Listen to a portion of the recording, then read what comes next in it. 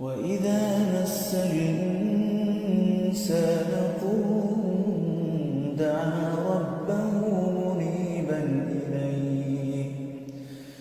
ثم إذا خوله نعمة منه نسي ما كان يدعو إليه من قبل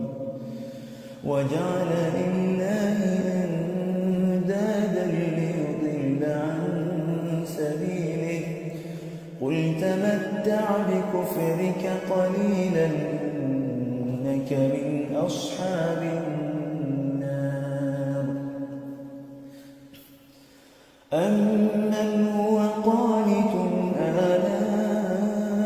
الليل ساجدا وقائما يحذر الآخرة ويرجو رحمة ربه قل هل يستوي الذين يعلمون والذين لا يعلمون